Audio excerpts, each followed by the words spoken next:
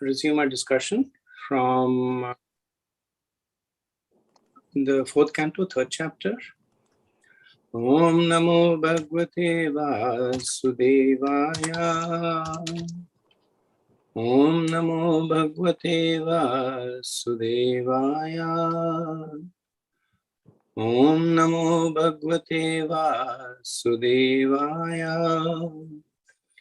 Narayanam Namaskrityam Naram Cheva Narottamam Devim Saraswatim Vyasam Tato Jaya Udirayet Nashtaprayeshu Bhadreshu Nityam Bhagavata Sevaya Bhagavate Uttam Shloke Bhaktir Bhavatir Naishtiki Om Agyantimirandasya Jnananjana Shalakaya Chakshurun Militam Yena Tasmai Shri Guruve Namaha.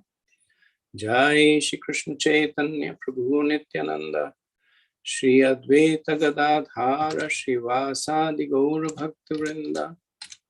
Hare Krishna, Krishna Krishna, Hare Hare, Hare Rama, Rama Rama, Hare Hare. So, resuming our discussion from verse 12 of Canto 4, Chapter 3.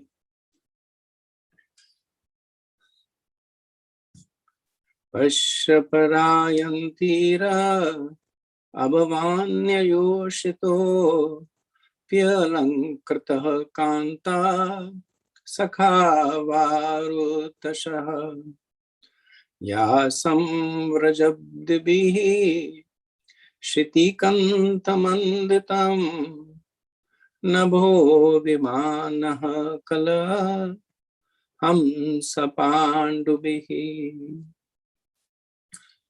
O never born, O blue-throated one, not only my relatives, but also other women dressed in nice clothes and decorated with ornaments are going to be there with their husbands and friends. Just see how their flocks of white airplanes have made the entire sky very beautiful. So the third chapter is essentially a discussion between Sati Devi and Lord Shiva. Sati Devi presents her side, why she should go to the Yajna of Daksha, her father. Lord Shiva presents his side, why we should not go. So the previous reasons, just for the sake of continuity, I'll recap them quickly. Previous reasons she had stated was that she told Lord Shiva, this is your father-in-law's sacrifice, your father-in-law. So you should go. All demigods are going. So basically establishing that what other pious people do, one should do.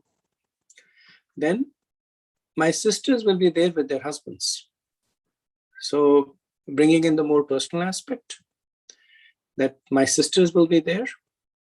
I will be able to see my mother, my aunt, my sisters and relatives who I have not seen for a long time.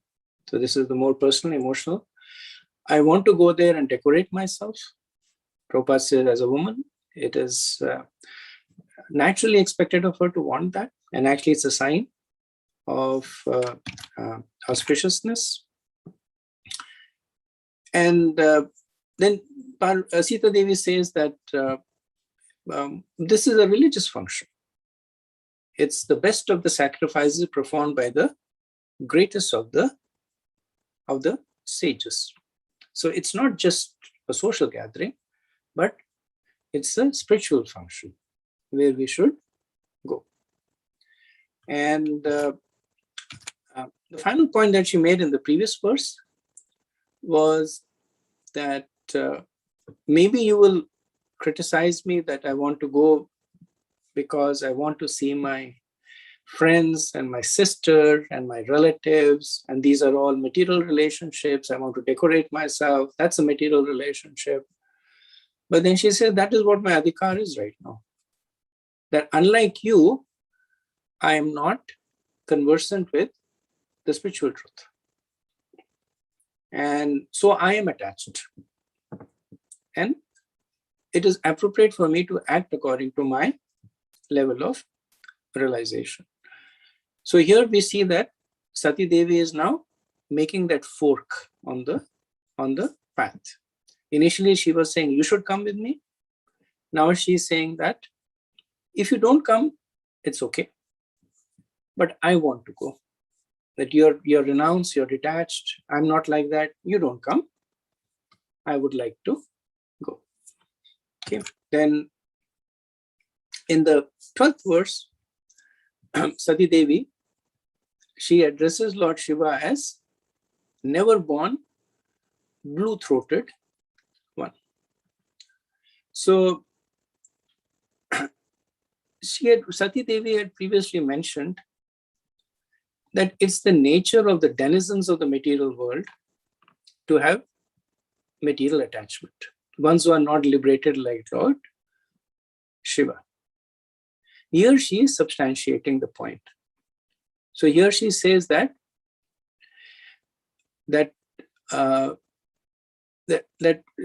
she addresses Lord Shiva as Abhava. So Abhava means one who is never born. It also means that one who does not suffer from the condition of birth. Essentially means one who is liberated. However, she's saying that women who are not even her relatives, so indicating that they are not related to Daksha, along with their husbands, Kanta Sakha, Varutsata, they are going.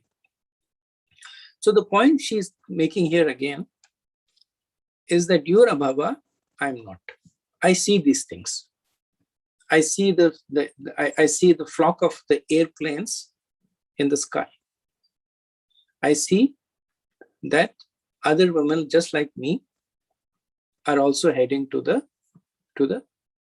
Lord Shiva might say, what does it matter if others are doing? You don't have to do what others are doing. She said, no, it matters to me that what others are doing.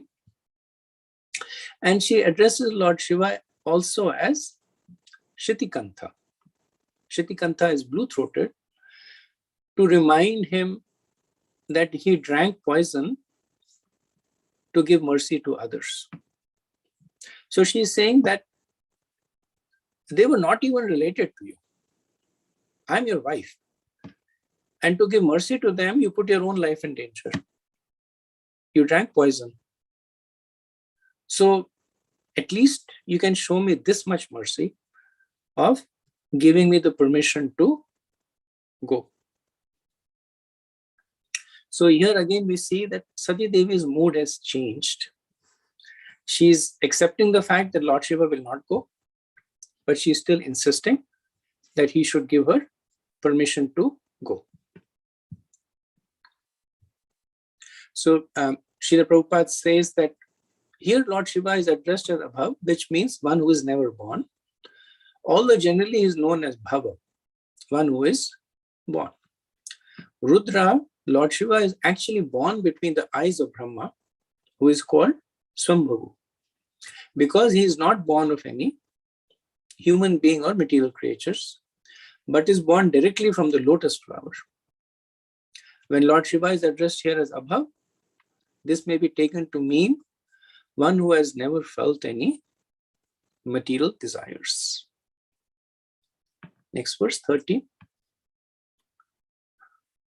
Katham shutaya pitrageha kutukam nishmaya deha survaryanen gate anahutapya abhiyanti saurdam patur gurur deha kritaschaketanam. O best of the demigods, How can the body of a daughter remain undisturbed when she hears that some festive event is taking place in a father's house? Even though you may be considering that I have not been invited, there is no harm if one goes to the house of one's friend, husband, spiritual master, or father without invitation. So Sati Devi is anticipating the objections that Lord Shiva might place and is addressing them.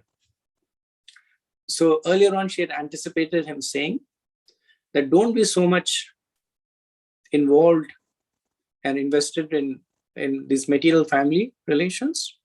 And then she said, no, I'm like that. That's factual. I'm just being pragmatic. Now he's saying, okay. He might say, okay, even from a material perspective, you were not invited because Daksha did not send the invitation. So you should not go, because a cultured person will not go where he is not being invited.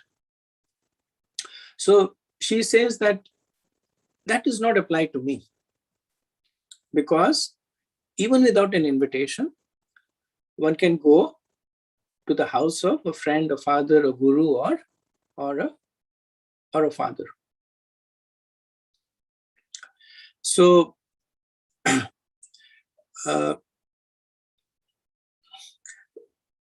Lord Shiva, as Prabhupada stated in the previous verse, he was born from Brahma, and he doesn't really have parents. Brahma is his father, but the understanding is that he was born through Brahma, and he does not have a mother. Now Sati, in this situation, she's experiencing problems due to her father. So she's kind of indicating that you may not have full experience with this. You don't really have a family. You don't have a father, you don't have a mother, but these things have to be done. That one has to rely on the affection of the father and not worry about formality. One is attached to the mother and would like to meet her regardless of whatever else is happening. So I don't really need an invitation to go. There is no insult in that if I still show up at my father's house. Okay, verse 14.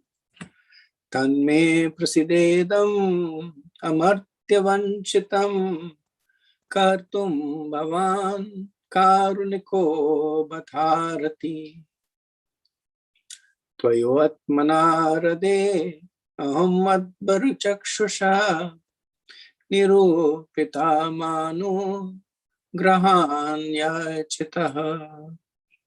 O immortal Shiva, please be kind towards me and fulfill my desire. You have accepted me as half of your body. Therefore, please show kindness towards me and accept my request. So Sati Devi is now saying that I'm making all these arguments. They may or may not be valid. But let me go just out of your love for me. And she's reminding him. She's saying that amartya, that you're able to do what normally cannot be done. So maybe for a husband who is conditioned or so-called normal materially, he may find it difficult to allow his wife to go, given the fact that the wife's father had insulted him. So Sati is never negating the fact that Daksha had insulted Lord Shiva unjustly. But the point she's making here is that you're amartya, you're different. So another husband who's materially conditioned may say that, no, I won't let you go. He went against me. He he insulted me. Because I have ego, I won't let you go. But she says, you are not like that. So you can be merciful to me and let me go. And then she is reminding Lord Shiva of his affection for her. She says that you accepted me as half of your body. And one conventional understanding is that the wife is called Ardhangani. So traditionally a wife, Ang means body and Ardha means half. Traditionally a wife is called Ardhangani. Lord Shiva is also famous as Ardhanari Ishvara. So one of the forms of Lord Shiva in which he is worshipped is half man, half woman. The symbolic form of Shiva Linga in which he is worshipped also is both man and woman, Linga and Yoni. So she's saying that you're so affectionate to me that you have accepted me as half your body. So out of that affection, please let me go. So she's playing on two aspects. Playing is not the right word, but she's expressing two thoughts here. That Lord Shiva is too exalted to be petty and not allow her to go just because her father had insulted Lord Shiva.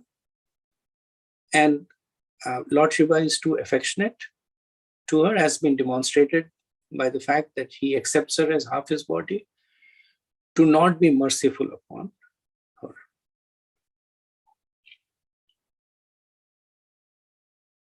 Okay, so this is the summation of, this is the last argument that Sati Devi puts. And if you see the development of it, it goes from logic and ends in more in just mercy. That initially she uses various constructs of logic. It's a yagya, it's spiritual, I want to see my family. So these are factual statements that she's making. And then she ends by saying that I'm your wife, you love me, you are an exalted person, you have no trace of ego on me, in you, so please let me go. Okay, let's move on to the next verse. Now we'll see how Lord Shiva will respond. So verse 15. Rishirvacha evam gritaha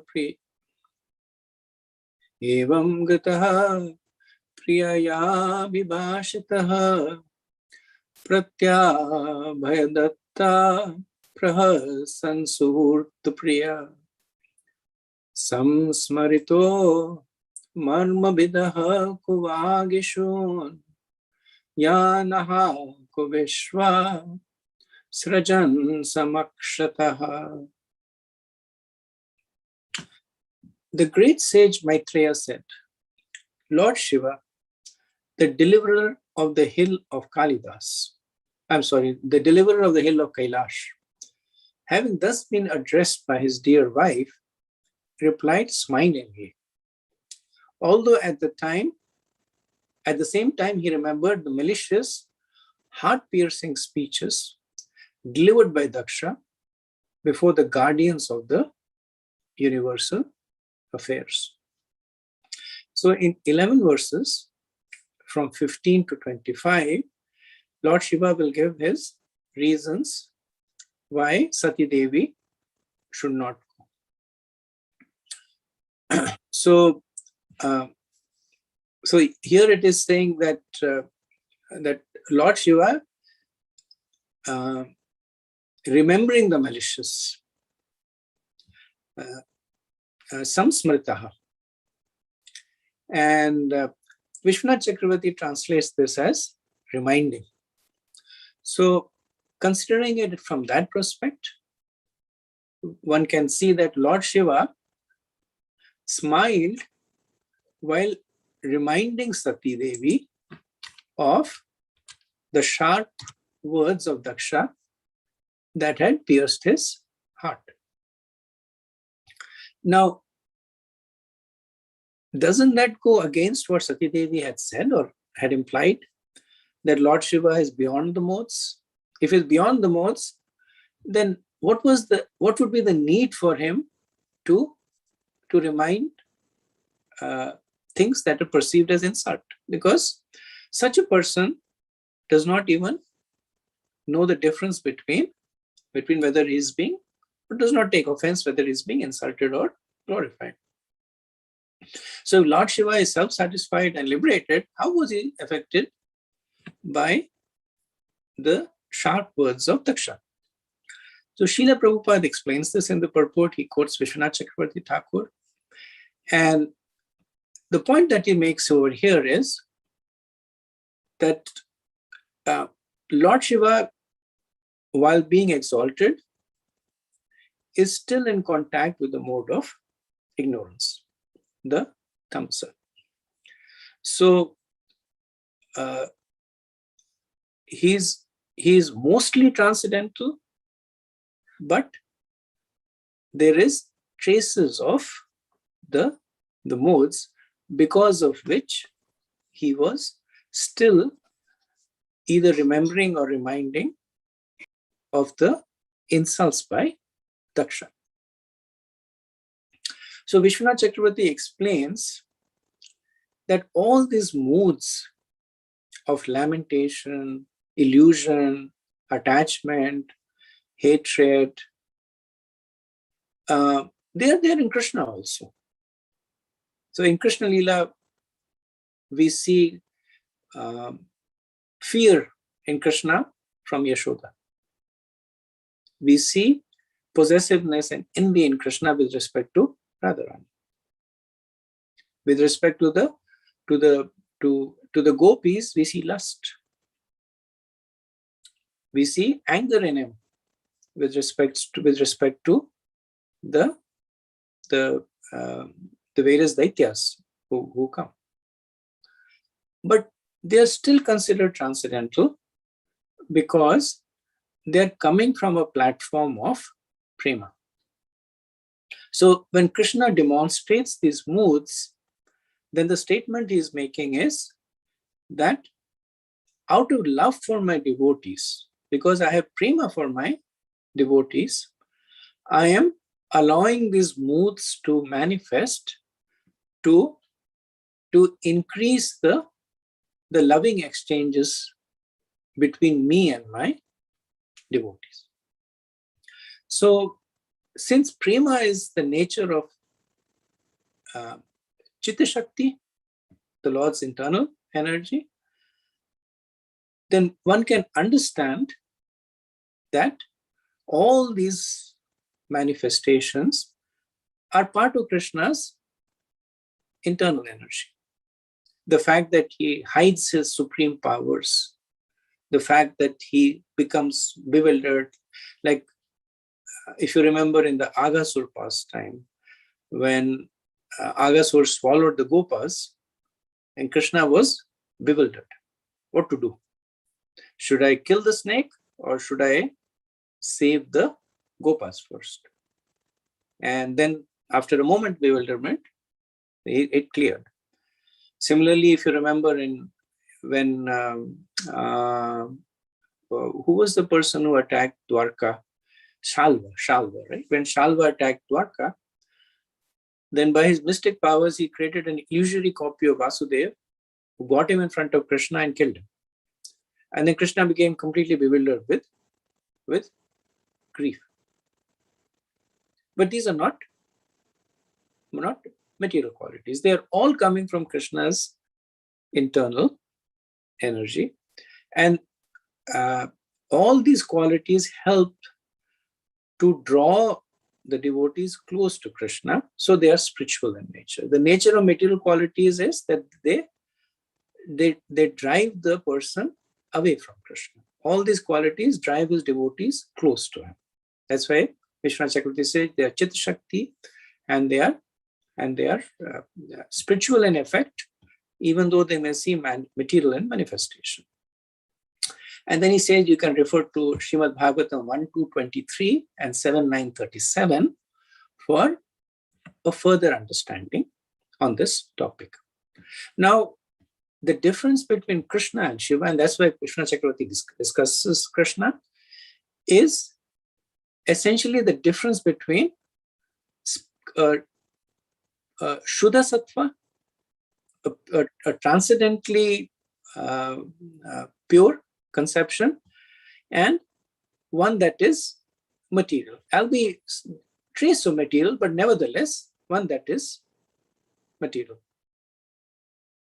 So in the material world, there is this relative happiness and soreness that is coming due to the contamination of the modes.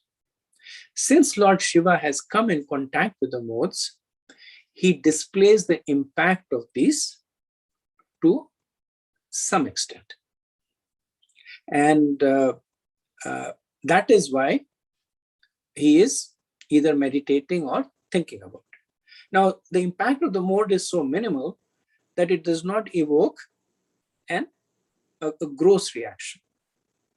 But it definitely stays with him. So in the Bhagavatam, we have the pastime of Jat Bharat.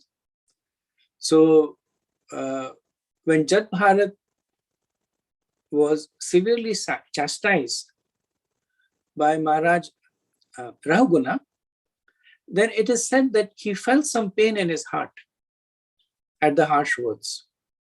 Even though Jat Bharat was Maharaj Bharat, who had already reached the stage of Bhava Bhakti. And Jat Bharat was very, very strongly detaching himself from the modes. But there was a trace of the modes.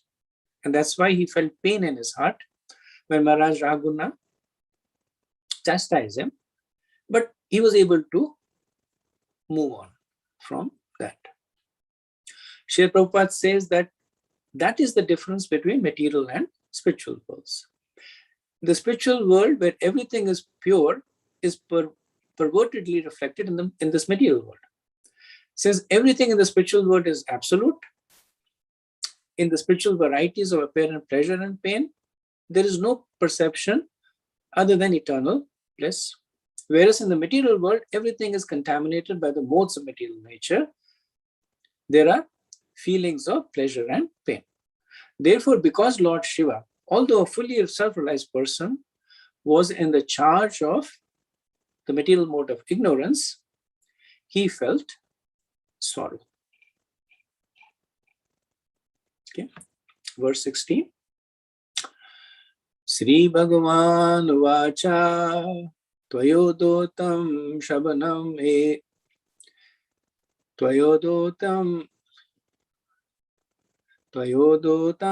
Shabanam Eva Shobhane Anahutapya Abhiyanti Bandushu Te Adhyanutapadita Dosha Drishtyo Baliya Shanatmaya Madena Manyuna. The great Lord replied, "My dear beautiful wife, you have said that one may go to a friend's house without being invited. And this is true, provided such a friend does not find fault with the guest because of bodily identification and therefore becomes angry towards him." So Lord Shiva is now going to address some of the explicit or implicit points raised by Sati Devi. So she raised this point that it is okay to visit one's friend and family if they're close, even if you have not been invited. Lord Shiva says, yes, I agree with you, provided that person does not bear you ill will. In this case, Daksha bears you ill will. Now, Daksha did not bear Sati specifically ill will, but the understanding is that because Sati Devi is inseparable from Lord Shiva, when he became malicious towards Lord Shiva, then he also became malicious to Sati Devi. So Srila Prabhupada says that Lord Shiva warned that since her father was too puffed up by his material possessions, he would be angry, and this would be intolerable for her. Therefore, it was better that she not go. The fact was already experienced by Lord Shiva, because although Lord Shiva was faultless, Daksha had cursed him in so many harsh words. So Srila Prabhupada is making the point that Lord Shiva, out of compassion to Sati Devi, is making this point. That last time he went, he insulted me. This time when you go, he will insult you. So, for your own protection, better not to go. Next verse. Vidya tapovitta vapurvayo kulehi sattam gune shabdir astame tarehi smritao hatyam britaman durdashaha stabdan pashyanti hidham bhuyasam. Although the 6 qualities, education, austerity, wealth, beauty, youth, and heritage, are for the highly elevated, one who is proud of possessing them becomes blind. And thus, he loses his good sense and cannot appreciate the glories of great personalities. So, Sati Devi may object here that how can you say that my father will find faults? My father is famous for his good qualities, education, austerities, wealth, beauty, youth, and heritage. My father has wisdom. So, how can such a person find faults? So, Lord Shiva, he talks about the 6 qualities of saintly people. Vidya tapovita vapurvaya kulaha. So Vidya is education, tapo is austerity, vita is wealth, then vapur is beauty, vaya is youth, and kula is heritage. So these 6 qualities are glorious in a person, but these same 6 qualities become deplorable when that person is blinded with pride. So he says, Spritav hatyam britaman durdasha. That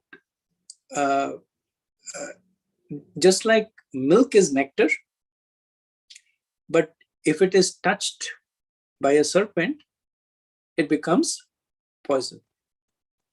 So all the good qualities are there in the milk. Even after the serpent touches it, all those qualities are there. But because of the touch of the serpent, milk is poison. So all these qualities that you may say are there in your father, they have all become deplorable because they are touched with pride. So he's saying the root fault that he has is that of pride. It's not that he does not have education or austerity or wealth or beauty or youth or heritage. He has all that. But they have actually become worse because of the presence of pride. So he says, Stabda, such a proud person these qualities become become a covering. And as a result of that, na pashanti dhama bhuyasham. So because of that, the person is not able to see the glories in a exalted person. So bhakti, so we see bhakti defined as anabhilashita, shunyam, by Rupa Goswami.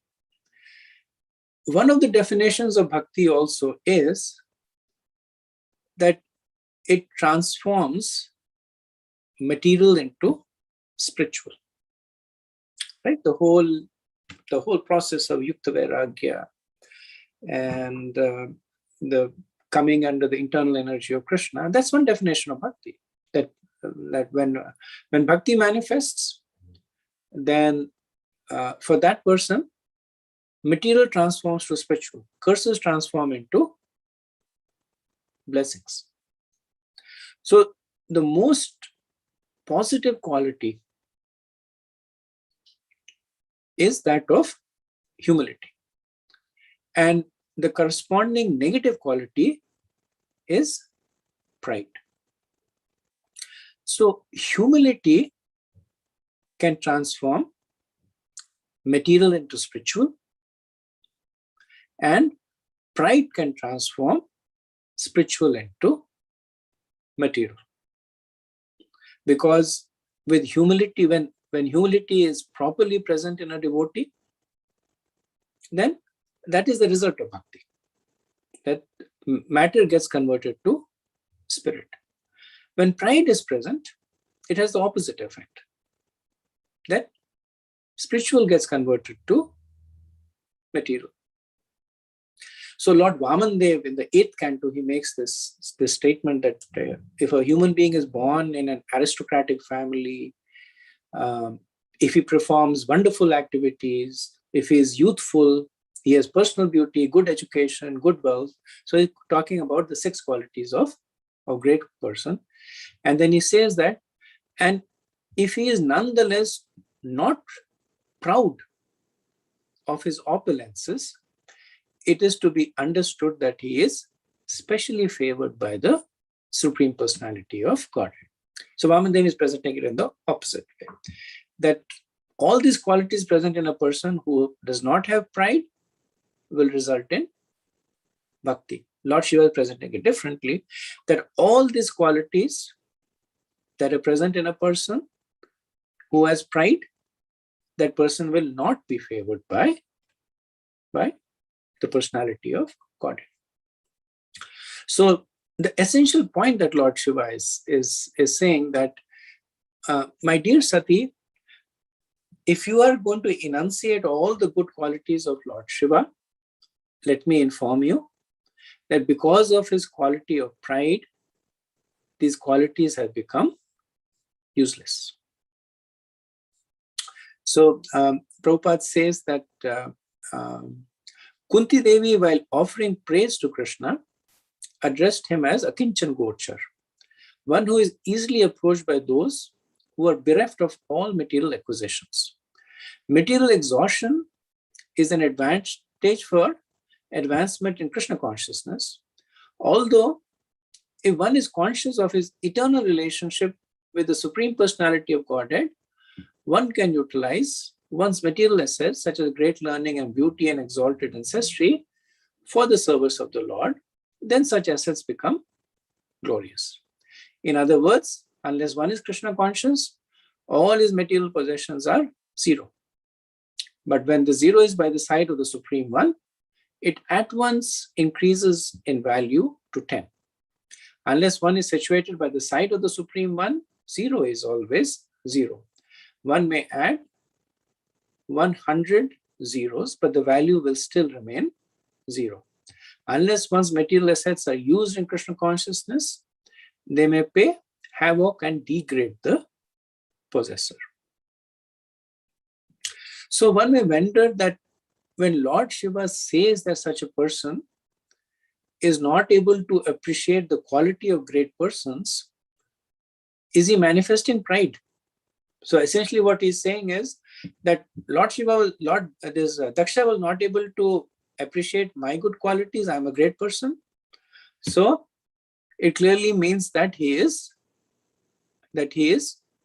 fallen.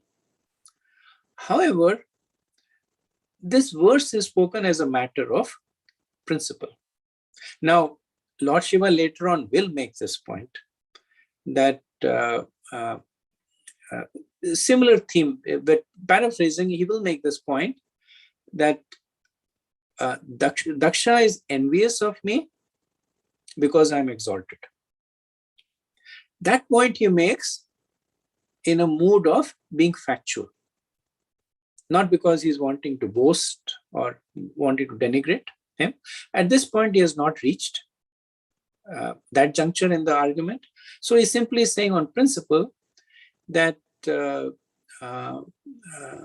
person with pride has no good qualities. Daksha has pride. So his good qualities are all mitigated. So if you go there, you cannot rely on all these benevolent qualities of Daksha. So at this point, Lord Shiva is not mentioned Daksha by name, nor has he talked about the cursing of himself by Daksha. Now, one may consider that Daksha had not only insulted Lord Shiva, he had insulted Brahma, and he had insulted the sages in the assembly, and ultimately he had insulted Lord Vishnu by going against the recommendation of the Brahmins. They said, you perform the yajna with respect and forbearance, and he turned and walked away. So these were all great personalities that were minimized by Daksha in his pride. And Lord Shiva will talk about them, but here he's stating a principle. Okay, we'll do one more verse, and after that, pause for discussion.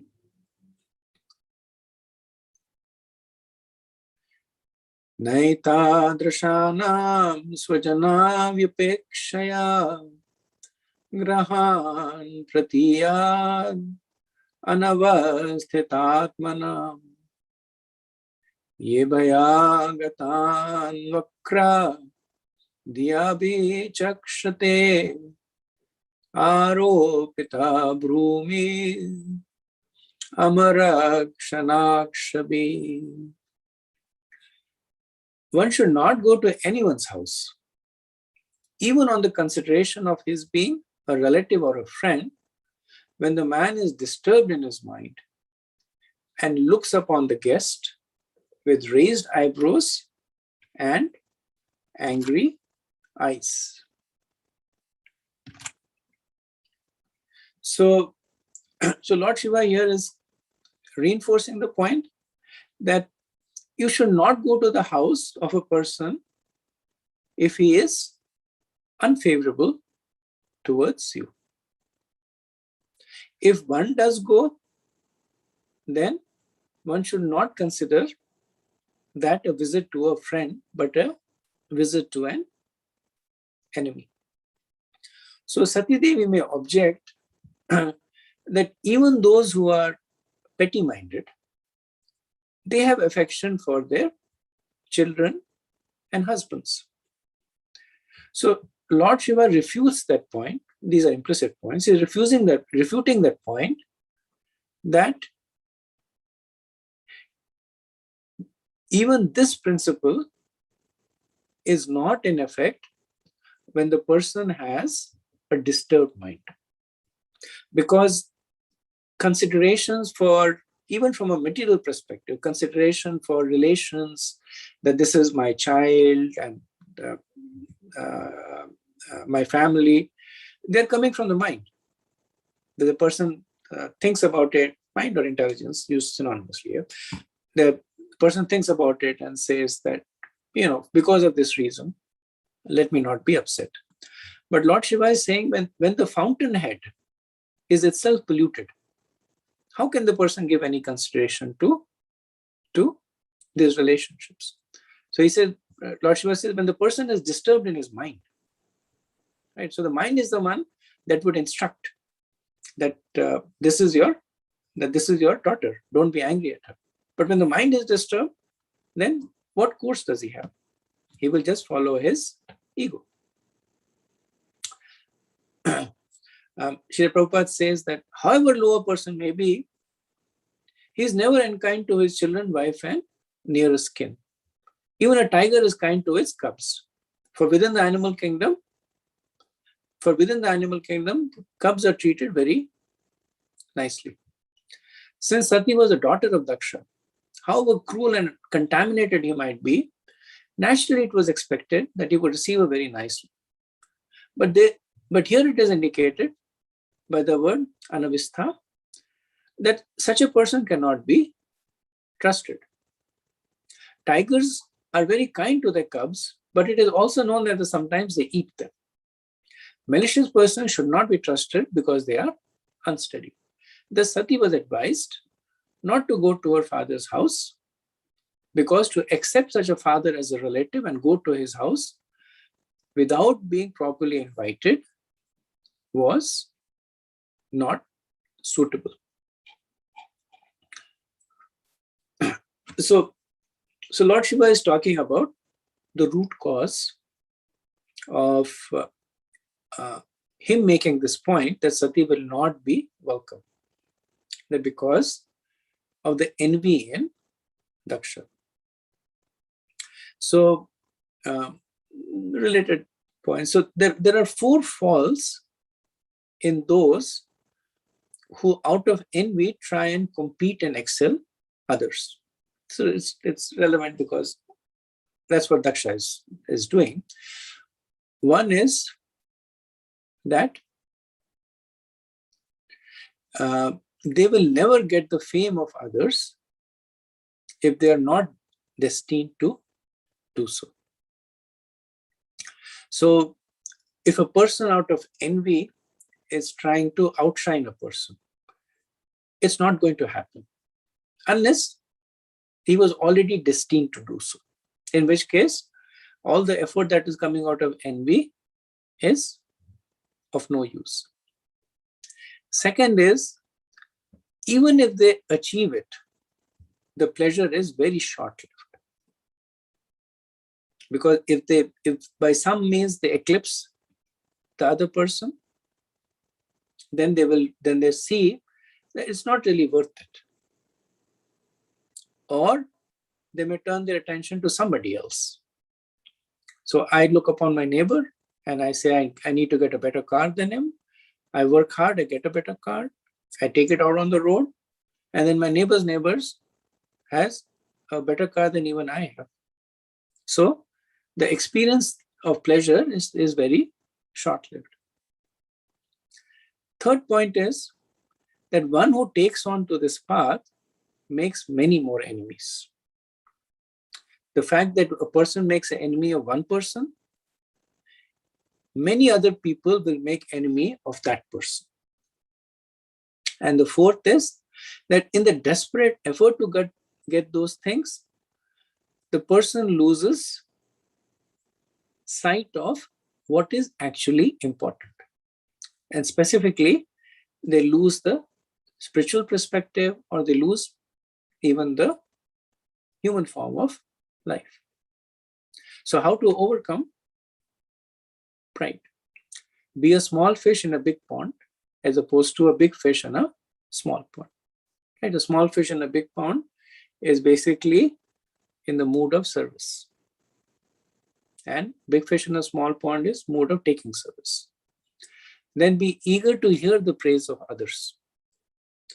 Constantly hear and read the dangers of being alone at the top. Better to be loved as a leader than to be feared as a leader. Meditate on the legacy that you will leave behind. And consider that there is no service that one cannot do, and there is no service that can only be done by So one should not think that I am such and such, so I should not clean the bathroom. And at the same point, one should not think that I am worshipping the deities so nicely, nobody else can worship the deities like me. So meditating on these on a constant basis helps one overcome pride. Okay, so let me pause here and see if there's any comments.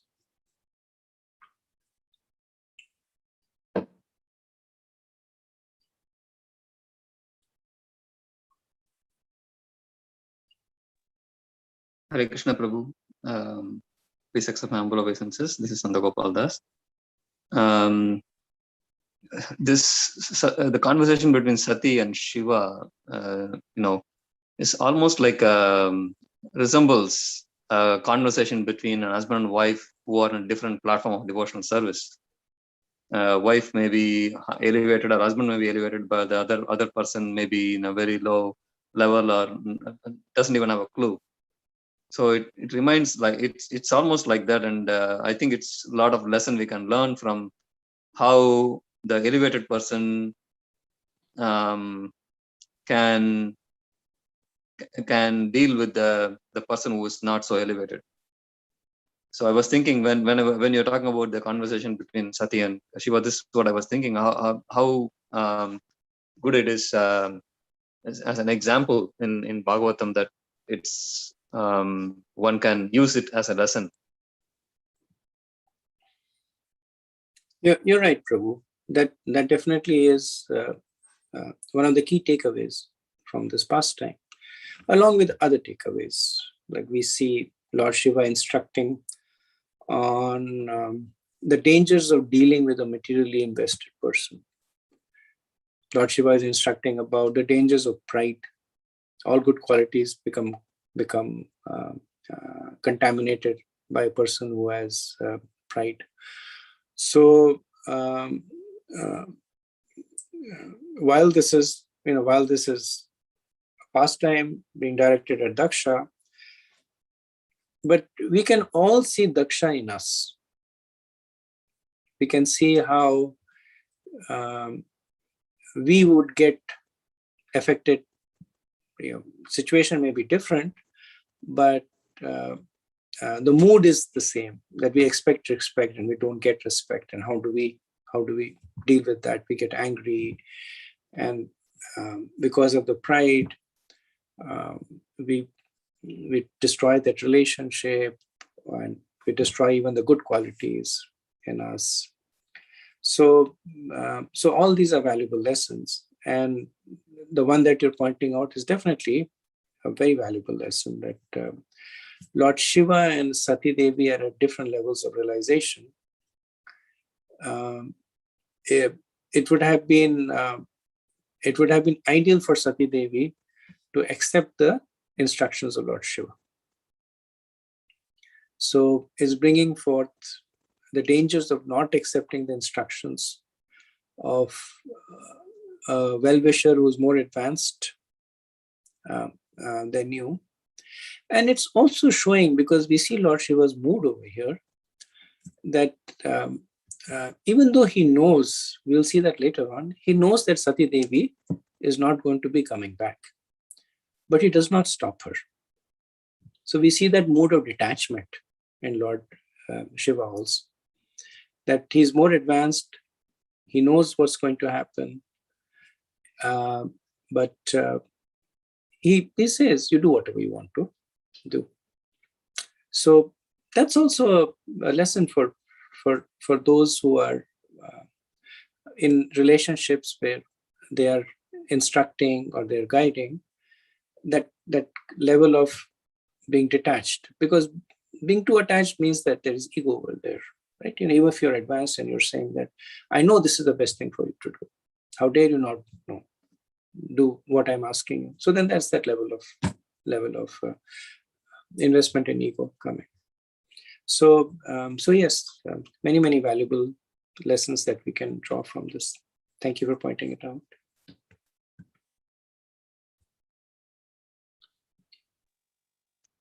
Hare Krishna Guru. Another in another way also, even Daksha is not an ordinary person, and he behaved. He fell down from his position just because of pride also. And I think this also is very important. Like maybe sometime we as devotees, we are making little progress, and then we see ourselves growing, and then we see other people below us, then the pride get into our head, and and we smash everything away. Yeah, it is true. The exalted position of Daksha is demonstrated by the fact that when he enters an assembly of Brahma Rishis, they all get up to give him respect. So he has an exalted position, but pride is so insidious that even at that position it contaminates. So who are we? Compared to Daksha, we are nothing. And if pride is able to cut down Daksha, it can do a lot more harm to us, or will do a lot more harm to us. So yes, another important lesson for us to be very careful of the effect of pride. And that's where I was talking about those points that if we make this our meditation, that pride can conquer even the most exalted, how do we stay away from pride? And these are just this is based on a seminar, some of the points that came, that, try to be a small fish in a big pond, be eager to hear the praise of others, etc., etc. So as we practice it consciously, then it can protect us from pride. Thank you. Thank you. And what do you call aparad, anarthas due to devotional service, the labha, puja, and pratishta, they all lead us to that pride, isn't it, Prabhu? That's so we have to be very careful, watchful about these anarthas. Yeah. Prabhupada said that's the last trap of Maya. You're doing bhakti, making progress, and the nature of devotion is that people are attracted to you. So you get puja, you become famous, pratishtha, people offer you their opulence, love, and you take all that and offer it to Krishna. But if not, if you keep it with yourself, oh, I'm such a great devotee and so many people are worshipping me, then and we have seen that, right? We have seen that in the past. When this begins to contaminate, even devotees who are been practicing for a long time, who are senior, who are close to Prabhupada, when this begins to contaminate them, then fall down is imminent. But only thing is, we can be assured that Krishna will eventually pick them up again. Hare Krishna. Just I really like this your exposition on this topic. I recalled two examples from the Chaitanya Charitamrita. One was with Vasudev, that when he was embraced by Chaitanya Mahaprabhu, and then from his body of leprosy and like that, he got a very beautiful body. And then Vasudev, that being a very, very advanced devotee, immediately he he thought that I have a problem here now, because with a beautiful body, the tendency is that I become proud, and because like I said, pride goeth before the fall. I remember hearing that, and the text, I mean, the gist of this chapter is based on this. Then there's another example when Jagai and Madai were being converted, and then they were being honored, by these, I mean, from the Bach, the saint, and then people were honoring them and like that. So to protect them from pride, Lord Chaitanya Mahaprabhu, he asked them to make bathing God, to serve the Vaishnavas, right? And to just honor and serve the Vaishnava. In this way, they could stay safe from, this quality of pride, that may arise. So those are two examples that came to mind. But I thought the points you made were very striking to me. Like, just like humility can transform material into spiritual, and pride can transform spiritual into material. I mean, it's very succinctly and very nicely but I never heard it said like that. But it makes all the sense that a pride person is not favored by the Supreme Personality of Godhead. A person with pride has no good qualities. I guess these are shastric, but then towards the end you mentioned that we should meditate on our on the legacy that we will leave behind, and never think you are irreplaceable. You put it in other words, but basically it means that I would really like, just like I asked last day, if all that you discussed there, I guess you're looking at some document, if you could share those things with us, because I mean, for me it's so important, the point that you were discussing. Yeah, absolutely, Prabhu. Well, I can share it. I'll put it as part of the tables document. And you're right. I think the point struck me also. Vishwanath Chakravarti talks about it fairly extensively. I condensed it. He talks about it fairly extensively. The influence of pride and the opposite of it. Because it struck me, then I was just listening more about it. And I think as devotees, it helps us to constantly meditate on what works for us and what are our potential downfalls. So, because we are vulnerable at this stage. So both of them are important objects of meditation. I know my Guru Maharaj makes this point that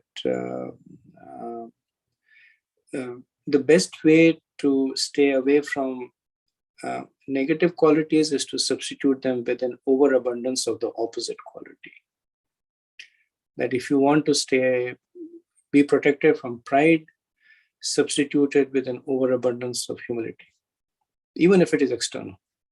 And he said, if you want to stay away from Vaishnava Prad, substitute it with an overabundance of Vaishnava Seva, even if it is external. He says it's like an insurance policy that you're taking.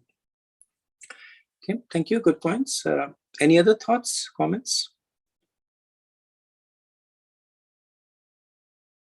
Okay, if not, then we'll continue. We think we should finish the chapter in this session. Verse 90. Tathar binavyate shili mukhahi shete ditango hridayena duyatta swanam yatha vakra dhyam duruktibi divanisham tapyati marmataditaha. Lord Shiva continued, if one is hurt by the arrows of an enemy, one is not as aggrieved as one cut by the unkind words of a relative. For such grief continues to rend one's heart day and night. So Sati Devi might say that even if Daksha, my father, speaks harshly to me, what is the harm in that? It's not that he's going to kill me. It's not that he's going to physically harm me. So he's my father, and it's okay if he speaks like that. So Lord Shiva is saying that actually, it would be better if somebody hurts somebody physically, because that pain only lasts for that time. And then the pain goes away. But when somebody harms somebody by speaking harshly, then not only does the pain stay with you, but it actually grows day by day. Because as you think about it, then you relive the whole incident. And then that hurt gets magnified. And then you look at other nuances. That I didn't think about this earlier, but he said this to me also. He probably meant that. And I should have said that, but I didn't say that. What a fool I am. If only I can get an opportunity to retort to him. Or how could he say that? I've done so much for him. So the nature of the mind is that it captures that incident and replays it over and over again. And every time that incident is replayed, that person once again inflicts pain upon you. So Lord Shiva is saying that this is worse. That if Dakshina insults you, this is actually going to be worse, because it will be painful for you over and over. So Srila Prabhupada says that Lord Shiva reminded her that she would not be able to tolerate such unkind words, because natural psychology dictates that although one can suffer harm from an enemy and not mind so much, because pain inflicted by an enemy is natural. When one is hurt by the strong words of a relative, one suffers the effects continually, day and night. And sometimes the injury becomes so intolerable that one commits suicide. So Srila Prabhupada expands on another aspect of what Lord Shiva is saying.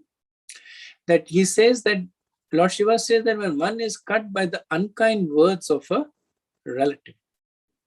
So Prabhupada emphasizes on that word relative, that you expect your enemy to be unkind to you. So when he comes and insults you, then you say, yes, I expect this from him, and he's acting according to my expectation. So there is no hurt. Even if there is some hurt, it goes away.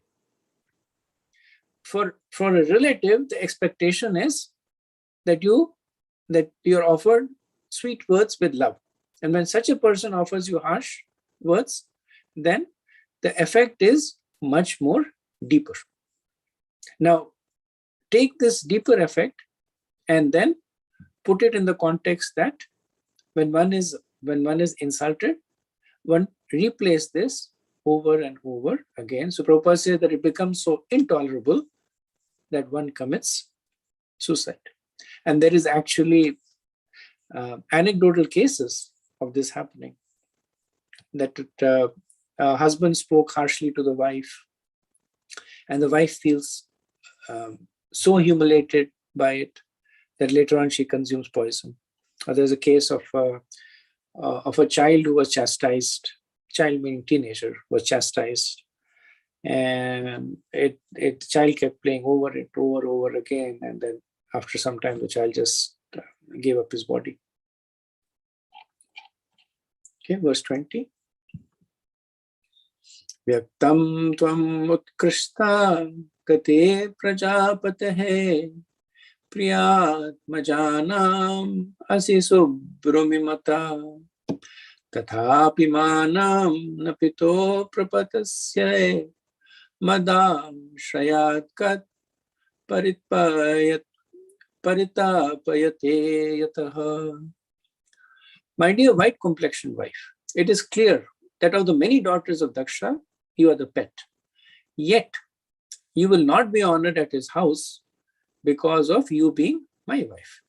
Rather, you will be sorry that you are connected to me. So,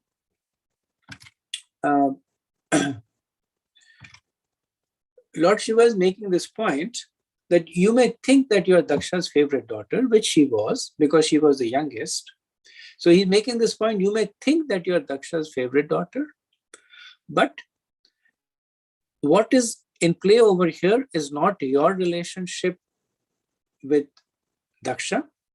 What is in play over here is your relationship with me. And because you're connected to me, Daksha will see you as my wife and not his daughter. And therefore, he will insult you. Prabhupada says that Lord Shiva put forward the argument that even if Sati proposed to go alone, because she was, towards the end, she was veering towards, if you don't want to go, I'll go alone. So even if she proposed to go alone without her husband, still she would not be received because she was his wife. So even if she goes alone, that connection will go along with her. That this is the wife of my enemy. And Daksha will not tolerate it. Okay, verse 21. Papacchamanena hridaturenendriha samriddhi purusha buddhi sakshinam akalpa esham adhirodam akya anjasa param padam dveshti yatha sura harim. One who is conducted by false ego and thus always distressed, both mentally and sensually, cannot tolerate the opulence of self-realized persons. Being unable to rise to the standard of self-realization, he envies such persons as much as demons envy the Supreme Personality of Godhead. So Sati may at this point protest that you're blaming my father, but there is some fault on your side also that you made Daksha act like that towards you. So the fact that he has acted like that towards you is not because he is a bad person, but because you acted negatively towards him. So he was simply reciprocating. And because Daksha is not a bad person and my father, when I go to the house, he will actually receive me with kindness and love. So Lord Shiva is negating that implicit argument in this verse. He says that Daksha is envious of me, of Lord Shiva, simply because of who he is, not because of what he has done. So there's a difference between the two. That one may be responsible for the actions, but one's state of existence is simply a culmination of the person's levels of realization. So Lord Shiva is saying that a person who is conducted by false ego cannot tolerate the opulence of a self-realized person. At this point, Lord Shiva is accepting or stating the fact that I am a self-realized person. And because Daksha is conducted by false ego, he cannot tolerate my opulence.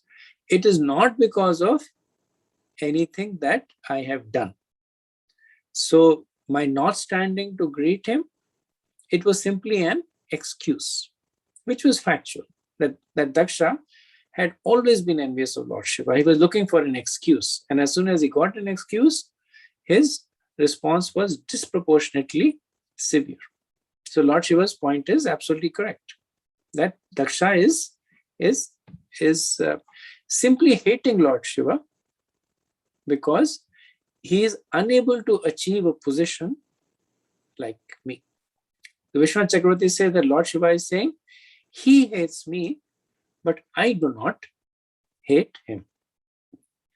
The Supreme Lord is Purusha Buddhi Sakshina.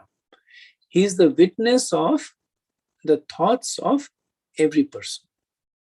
So if one wants to, Lord Shiva says to Sati Devi, then if you want to get confirmation of this, you should enter into Samadhi and ask the Supreme Lord about my good and bad qualities.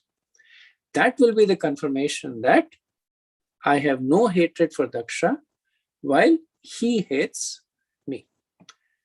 he hates me just like the demons hate the personality of Godhead. And what is the proof of that?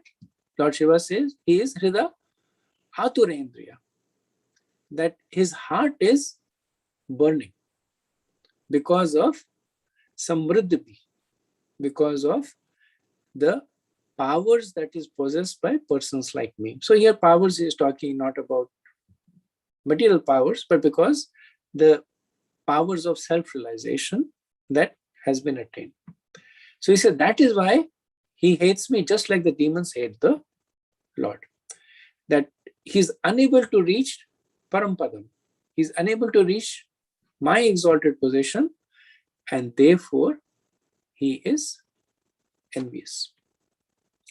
Now the nature of envy is that it can be directed towards everyone. So there's a difference between jealousy and enviousness, right? Jealousy is that it is because of a reason. That I have a car, this person has a bigger car, I'm jealous. Jealousy goes away when my car is bigger than that person's car. Then I'm no longer jealous. I may be jealous of somebody else, but not of that person.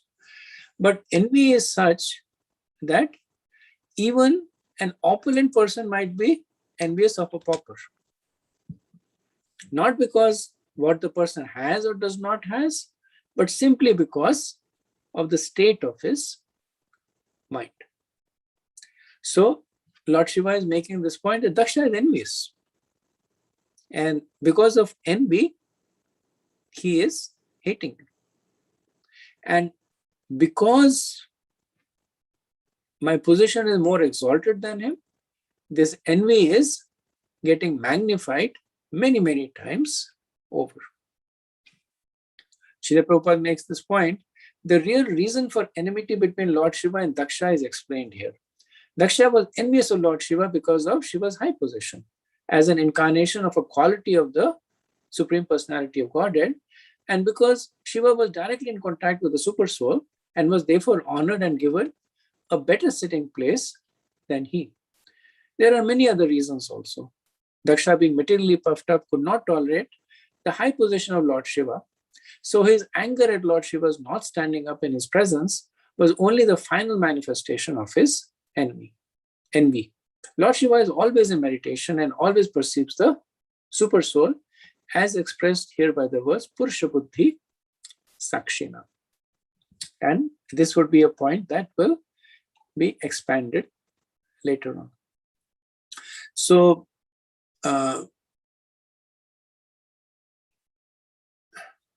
in a lecture, Prabhupada, he talks about an incident of a person who does not want to smoke but has a desire to smoke cigarette. So what does he do is he finds somebody else who's smoking, and then he takes his hand and smokes the cigarette from his hand. So Prabhupada says this is the mode of one who is envious, that they will not come right out and they say that they are envious, but they will take shelter of other things. They will look for excuses to manifest that envy.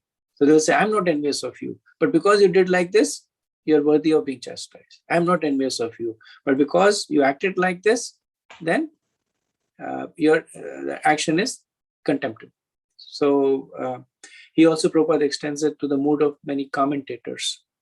He says that if the commentators stood up and spoke, nobody would listen to their words because they're insignificant. So what do?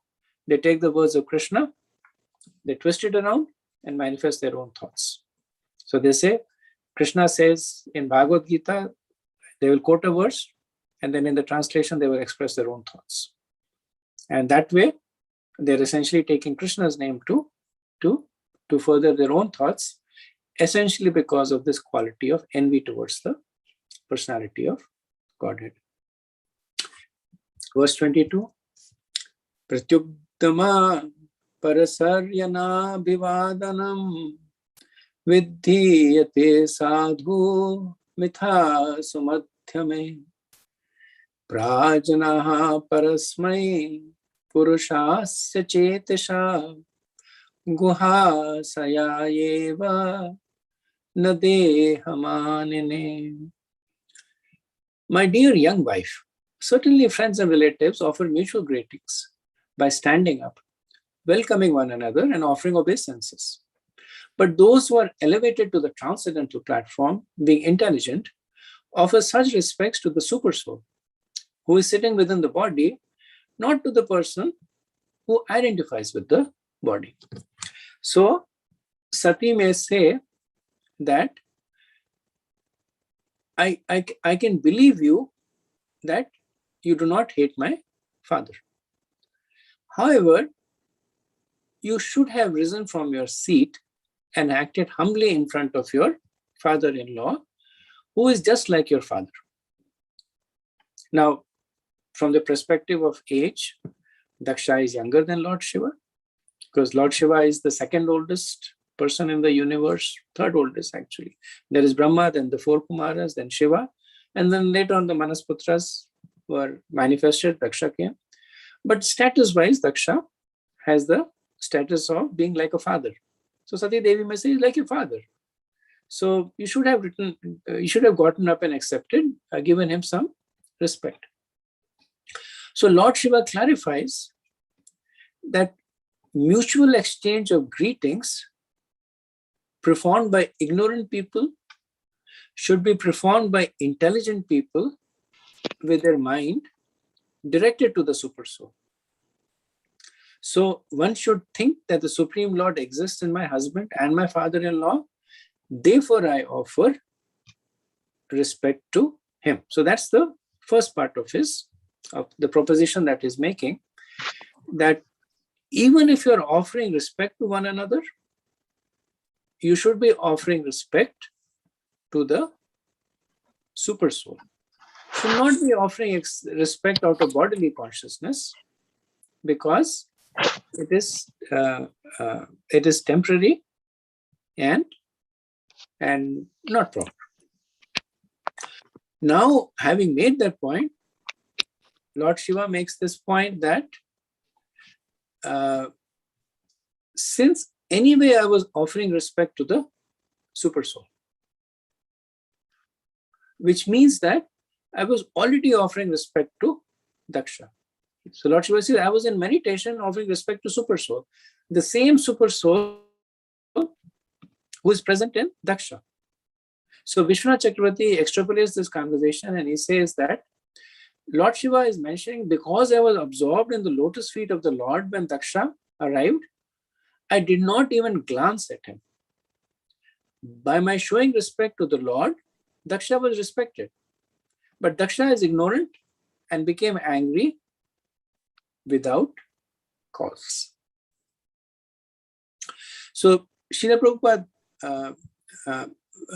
writes that even though the Supersoul is present in everyone's heart, the great souls have realized the Supersoul in their own heart. Or in other words, the Supersoul is present more so because of their personal realizations.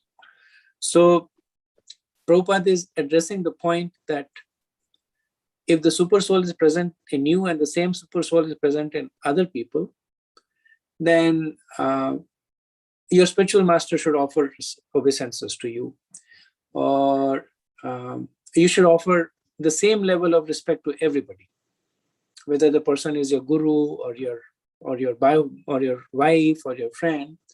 And Prabhupada says that when one becomes more spiritually advanced, their connection with the Paramatma becomes stronger. The Supersoul is more present in them, and they are therefore offered more respect as an acknowledgement to that. In the purport, Prabhupada says that the Lord says in Srimad Bhagavatam that offering respects to his devotees is more valuable than offering respect to him. So this is one of the verses that I sent. This is 11:19:21, part of Uddhav Gita. Krishna says to Uddhav. Prabhupada says devotees do not identify with the body. So offering respect to a Vaishnava means offering respect to Lord Vishnu. It is stated also as a matter of etiquette, as soon as one sees a Vaishnava, one should immediately offer him respect, indicating the super soul within him. A Vaishnava sees the body as a temple of Vishnu. Since Lord Shiva had already offered respect to the super soul in Krishna consciousness, offering respect to Daksha, who identified with his body, was already performed. There was no need to offer respect to his body, for that is not directed by any Vedic injunction, which is why Lord Shiva makes this point. No need to offer respect to the body, offer respect to the super soul. And because I was already offering respect to the super soul, Daksha was already being respected by me. Okay. So I have a few verses, but I think I will. They have long purports. I don't want to rush through them, so we'll take them next week. But I'll pause here and see if there's any thoughts or comments.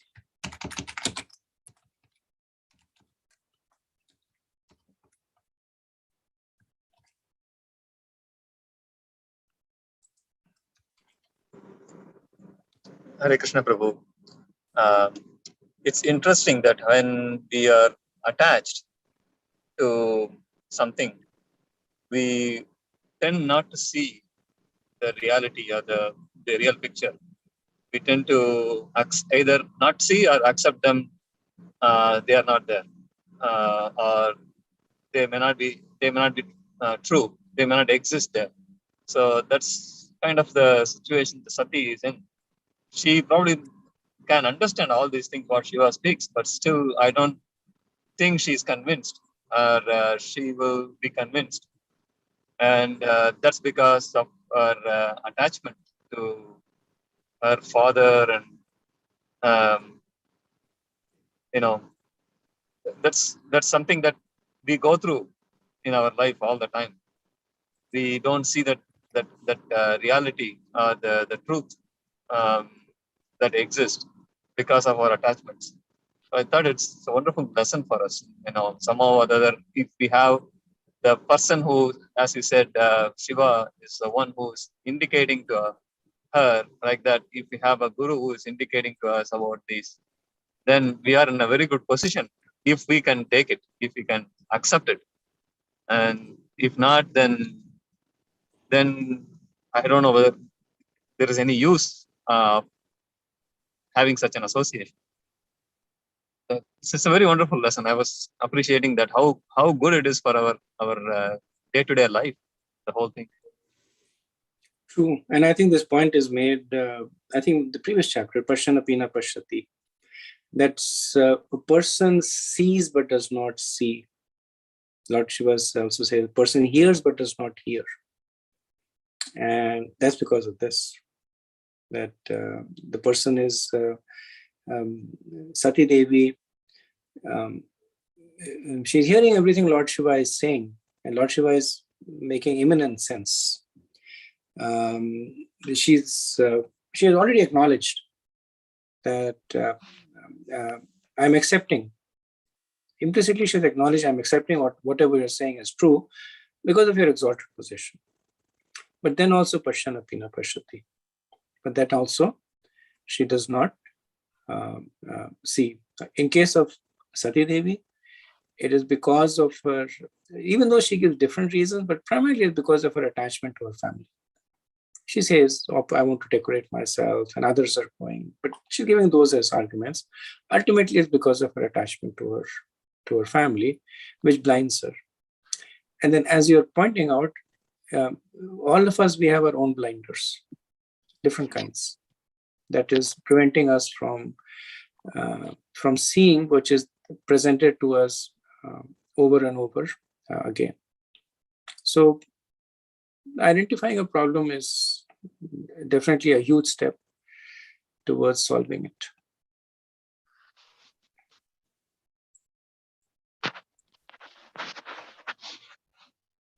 Thank you. Any other thoughts? Okay. If not, then we'll pause here. Just few verses left. We should finish it Monday. And then the next chapter is about the sacrifice of Sati, Sati giving up her body. It's a poignant chapter. So we'll do that next. We should finish that next week. It's not a very long chapter. Vanchakalpatarubhayaschet kripa sindhubhya eva cha patitanam pavanebhyo vaishnavebhyo namo namah. Anant Koti Vaishnav Vrinda ki jai, Srila Prabhupada ki jai. Nithai Gaur Premanande. Hari Hari.